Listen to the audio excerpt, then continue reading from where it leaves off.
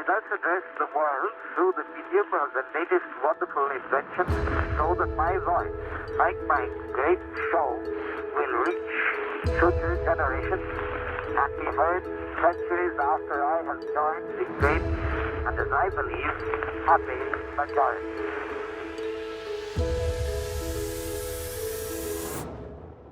Welcome to Becoming Barnum, the journey to fame and fortune, a podcast presented by the Barnum Museum in Bridgeport, Connecticut. The Barnum Museum has a unique treasure in its collection, a 750-page copybook of letters written by Phineas Taylor Barnum when he was traveling in Europe in the 1840s, introducing his young protege, General Tom Thumb, to millions of ordinary people, as well as royalty and high society. These letters offer a unique glimpse into the life of P.T. Barnum as a husband, father, mentor, and entrepreneur. Join us as we travel back in time and learn about the real person behind the legendary P.T. Barnum through his own words. If you enjoy this episode, we would appreciate it if you would subscribe to our podcast to help our rankings and support the Barnum Museum. And now, on with the show. Mademoiselle Venus. Among the special attractions P.T. Barnum purchased in Europe for his American Museum in New York was a lifelike figure made of wax, but this Parisian model was no ordinary wax figure. Barnum first mentions an interest in acquiring an anatomical Venus when he wrote to his museum manager Fortis Hitchcock on August 25, 1846, while he was in France acting as the advance man for the General Tom Thumb tour. He related that he hoped to get a Venus when he returned to Paris. Creating this specialized type of wax figure required a combination of high-level proficiency in sculpting and thorough knowledge of internal medial anatomy, since the purpose was to display realistic models of human organs in situ. The organs were thus arranged in a cavity within the wax figure's torso. For demonstration and teaching purposes, each organ could be lifted out and then put back in place. It goes without saying that the purchase of such a complex, multi-layered figure was a considerable investment and would have to be commissioned. Whether American audiences would find the exhibition of an anatomical Venus morally acceptable or tasteful was a risk Barnum was willing to take. In late October of 1845, Barnum made a quick dash from Lyon to Paris, and apparently took the opportunity to see about getting a Venus. Barely containing his enthusiasm, he reported his triumph to Hitchcock in a letter of November 10th, exclaiming, "I have also nearly engaged an anatomical Venus. The price was 4,500 francs. The man now offers to make it for 2,500, to be done in February or March." He could not resist mentioning it to his showman friend Moses Kimball in a letter the next day, adding a phrase that indicates his awareness that the Venus would not be suitable for all audiences. "I have also engaged an anatomical Venus for a separate room in my museum." While in Scotland in January of 1846, Barnum contacted his agent in Paris, Mr. Huet, asking about the status of several projects and giving instructions about others. Since he anticipated that his Venus would be completed soon, he asked Huet to be sure the people crating it packed it very carefully to prevent damage in the transatlantic shipment. Barnum's next letter to Fortis Hitchcock provides him with unpacking instructions as well as advice concerning the delicate issues of exhibiting a naked female form. Barnum's promotion of his museum's moral and wholesome exhibits and its suitability for women and children could be undermined in short order if any missteps were made with Mademoiselle Venus. Barnum began his letter to Hitchcock by telling him, "I yesterday received a letter from Paris saying that my anatomical Venus would be ready on the 1st of February. I shall therefore write immediately to Messrs. Draper and Company, Paris, asking them to ship it at once to New York. It will probably go by ship, which leaves Havre about the 10th to 16th of February, and will therefore reach you about the 1st of April, or a little before. The figure costs 2,500 francs, besides the packing and case, which will probably be 100 francs more. Also, of course, besides the expense of shipping." The Venus would cross the ocean in a sailing vessel rather than by steamship, which Barnum had mentioned previously was a risky proposition in winter.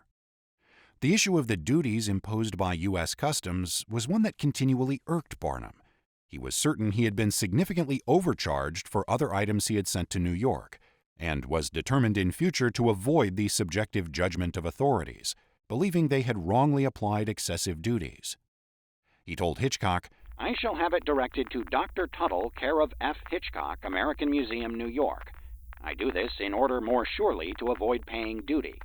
First, I think you could get it in duty-free as a statue, or as an object for the promotion of science and anatomical skill.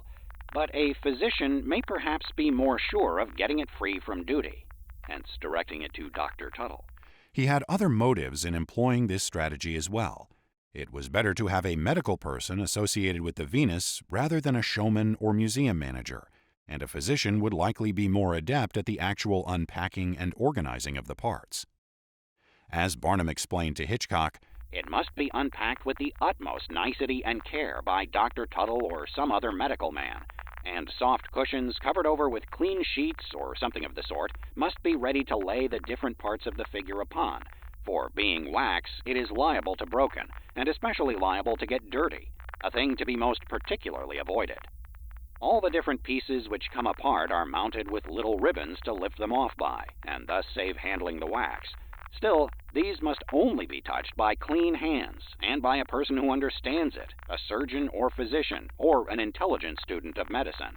his next instructions concern how and where the Venus should be exhibited, noting to Hitchcock, "When you once have Mademoiselle Venus put together and laid upon her back, the position in which she is exhibited, you can judge whether it is best first to open the exhibition in some small and respectable saloon in Broadway or not." Furthermore, he continued, "The figure must rest on an elegant couch, made of such a height, say 2 feet, and placed in a position of the room as will allow as many persons as possible to stand around and see it taken to pieces and explained. A small stand will stand near the couch on which the exhibitor will lay the pieces as he takes them out. Every portion from the brain to the foot is laid bare and dissected. A fetus of several months, 3 I believe, is contained in it." Though Barnum had mentioned to Moses Kimball that the Venus was to be displayed in his museum apart from other exhibits in a separate room, he was now thinking it should go to an entirely different location, at least to start off. As he had learned from a man in England who'd somehow been connected to a Venus exhibit, the figure should first be a standalone exhibition. He explained the idea to Hitchcock, writing, "If properly managed, I think that 1 or 2 months' exhibition in a room on Broadway or elsewhere would be best, but of that you must judge. If opened first in a room and puffed strong, it would be sure to pay well, and would make it all the more popular at the museum afterwards, I think." Barnum was inclined to think that his anatomical Venus would be the first shown in America, and so it was important to promote and present it with the right tone, nothing bawdy or off-color. The same man in England had strongly advised choosing someone of good character to present the wax figure to the public. That person would be critical to its success, especially in regard to female audiences. In the first place, the advertising must be such that women would feel confident in the educational legitimacy of the exhibit and want to see it. But it would be folly to damage that credibility and risk offending women's sensibilities or embarrass them with a male presenter whose manner was crude, offhand, or ignorant. Therefore, Hitchcock must be very particular in hiring just the right person. Barnum advised, "In London, many ladies went to see it, and will in New York too, but on that account it is necessary for it to be advertised that a medical gentleman exhibits and explains the anatomy, and he must be a sedate, respectable-looking, and intelligent man. Dr. Tuttle or Burns can find you such a man." Emphasizing this point again later in the letter, he told Hitchcock, "The man in England says that its whole success depends on having the proper person to exhibit it, and that the idea of vulgarity, or of exhibiting it for any except a strictly scientific object, must never be tolerated. It is an object of science, revealing the wonders of the human anatomy. He says no more interesting exhibition can possibly be conceived, and therefore if we stick to its legitimate sphere, it must succeed. But he says if we do not have a medical man, we must have one who most thoroughly appears as such, and the public must believe him to be such. Dr. Tuttle," he added, "could learn all the technical terms necessary to any person in 2 days. So if a medical man costs too much, get another, but let him be genteel, sedate, and intelligent." Barnum also suggested setting aside special viewing hours for women to protect them from possible embarrassment caused by male visitors or by the reveal of certain parts. In England, it was open from 10 to 1 for gentlemen, and from 1 to 3 for ladies, and from 3 to 10 p.m. for gentlemen. Barnum advised that when the Venus was moved to the American Museum for display, it should be placed in a small, neat apartment in the museum, where 12 or 25 cents extra is to be charged, and where it can be exhibited at all hours of the day and evening. And every hour or two, 30 minutes must be set apart for ladies. In fact, ladies can go in any time when the room is not occupied by men. In case Hitchcock was wondering just how accurate this Venus was, Barnum delicately phrased his comment on the matter, noting, "The figure is perfect in all its parts, and therefore a nice silk bandage 2 inches wide is necessary to pass around the body below the navel, and then pass down covering the crotch. This bandage can be so arranged as to be slightly and carelessly removed, as if by accident, or at the request of the company when no females are present." He expected the chosen space to accommodate no more than 30 people at a time. This would enable all present to view the figure and see the demonstration, noting, "A small, neat room that will hold that number is sufficiently large, for the Venus can all be taken apart, explained, and put together in 10 minutes, and therefore any quantity of persons who may apply can soon be accommodated." And Barnum did expect to have people waiting in line. The man in England had assured him that their Venus cleared 8,000 pounds in just 3.5 years, a sum that Barnum accurately converted to 40,000 US dollars. Barnum calculated the average to be about $60 per day with a 25-cent admission, and the man had told him that he'd taken in as much as $300 per day. Barnum planned to charge 12 or 25 cents on top of his regular 25-cent museum admission, and assuming that many people would come to the museum specifically to see the Venus and not otherwise, his profits could rise well above those of the English Venus exhibit. As you've been listening to this, it may have brought to mind the very popular traveling exhibitions of the 1990s and early 2000s called Body World and Bodies the Exhibition. Curiosity about the inner workings of our bodies has existed for centuries, and people are no different in that regard today, including in their visceral reaction to realistic models as either breathtaking or revolting. Barnum, of course, wanted his visitors to be so awestruck and captivated by the Venus that word of mouth would bring people to his museum. So it is notable that he ordered the figure in Paris and not England, where anatomical wax modeling at that time was not concerned with artistic elegance, and models resembled cadavers.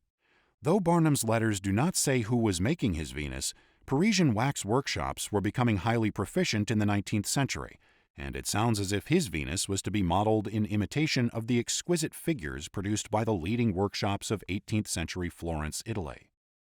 Among the finest early sculptors of anatomical wax models, Italians Felice Fontana and Clemente Susini were famous for their exceptional artistry, combining expressive beauty and harmonious coloring with realism and accuracy.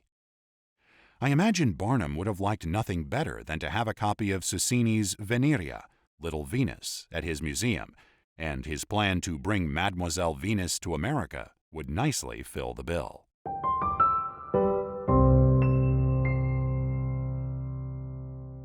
We hope you're enjoying the episode. If you want to support us, consider subscribing to our podcast and leaving us a review. It really helps us out. Now, let's dive into the next segment, averting a lawsuit. Late February of 1846 was proving to be a difficult time for P.T. Barnum, as a group of uncharacteristically short letters reveals. An accident had occurred at the theatre in Airdrie, Scotland, a small town 12 miles east of Glasgow, where General Tom Thumb had performed on Monday, February 16th. Several people had been injured, some seriously, including one of the general's entourage. Thinking back to the main dangers in theaters of past centuries, fire was an all-too common reality. But the accident in Airdrie was a different sort. The floor had given way. Barnum was, needless to say, greatly relieved that his protégé had not been hurt, though the incident surely must have terrified everyone present. As is often the case with Barnum's letters, his relating of an incident or situation is not necessarily consistent from one letter to the next, and in this case, He tells one correspondent that none of his party was hurt, while in another letter he writes that one of his people was severely injured. In any case, the essential story is present, and it is clear that Barnum was quite rattled by the accident, especially as it occurred when he was already feeling quite burdened with family and financial worries. Having to sort out this calamity just as he was wrapping up the tour in Scotland was a particularly unwelcome task. We first learn of the accident in a letter to a Mr. Sheffield written in Paisley and dated February 19th, 3 days after the incident occurred. In it, Barnum said the entourage would dash on according to your arrangement and be in Rugby, England on time. And he followed this with a few brief lines that reveal why their schedule had been in question. The floor broke through at Airdrie. 1 arm and 1 leg broke, and 39 more injured. It will cost us a few £100 probably. It was not at the courthouse, but at the theater which I engaged for these sixpence fellows. None of us were hurt. Then he added, We have done miserable business lately, and listed their meager take from performances in Paisley, Greenock, Glasgow, and Airdrie, ranging from £20 to £41. Barnum's next letter sought legal advice from solicitor Mr. Moncrief, a partner in the long-standing Glasgow firm Moncrief, Patterson, Forbes, and Barr. Barnum informed Moncrief that the bearers of his letter were gentlemen from Airdrie who would tell him about the accident, and he asked that Moncrief oblige the father of General Tom Thumb and myself by listening to them and advising us what you think would be just or honorable in the matter. On Sunday, February 22nd, Barnum's group departed Paisley and reached the town of Dumfries that evening. Barnum sat down to respond to the advice he had received from the solicitor and affirm his willingness to act upon it. He also wrote to the proprietor of the Royal Hotel Airdrie, asking for his assistance in locating the men who had spoken with him in Paisley. He explained, 2 gentlemen from Airdrie called on us yesterday at Paisley to know whether General Tom Thumb would feel inclined to give anything toward relieving some of the most needy sufferers by the late accident. Since he did not know their names, he asked if the hotel proprietor could let the men know of his intent. He stated plainly, I am now directed by General Tom Thumb to say that he will tomorrow send £20 to the Chief Magistrate of Airdrie, which sum he wishes the magistrate to distribute according to his own discretion among those sufferers who most need pecuniary aid. The next short letters address the mechanics of getting the £20 sum to the chief magistrate. Barnum found he could not get a post office order and had to ask the postmaster to be responsible for delivering the banknote. A letter addressed to the chief magistrate himself informed him of the purpose of the forthcoming money and the hope that the most needy sufferers of the accident would be the beneficiaries. Aside from the solicitor's counsel to offer compensation to the injured, Barnum himself must have realized these were people who, for the most part, barely earned enough to get by, much less pay for a doctor's care, and if their injuries prevented them from working for a time, a whole family might starve. 19th-century Airdrie was, after all, an industrial town of coal miners and cotton mill workers, many of whom moved there in the mid-1840s to seek non-agrarian employment as the Scottish Highlands potato famine decimated their life-sustaining crop. Providing restitution to the injured was a sticky situation, and as far as Barnum was concerned, the quicker things could be settled, the better, so he could finish the tour and get back to London. The manner in which the unfortunate accident was handled could hardly be more different than today, when liability insurance and potentially protracted litigation would shape the outcomes. Barnum and others in his day had a lot to fear from lawsuits. Upon reaching Penrith, England, Barnum received a letter from the Chief Magistrate, John Davidson, Esquire, though it was not what he had hoped to hear. Davidson's letter had been forwarded to him from Glasgow, which tells us it was written before he had received Barnum's communication about the £20 donation.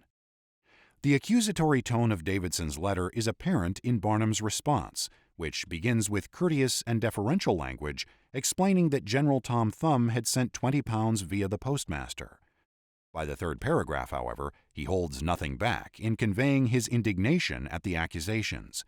He began calmly enough, writing, I hope that the remittance may prove satisfactory, though I cannot refrain from saying that I hardly think it would have been sent if your letter had been received in advance, for it would then have looked, considering the indirect threat contained in your letter, as if fear and not charity prompted the act on the part of the general. With escalating anger, he went on.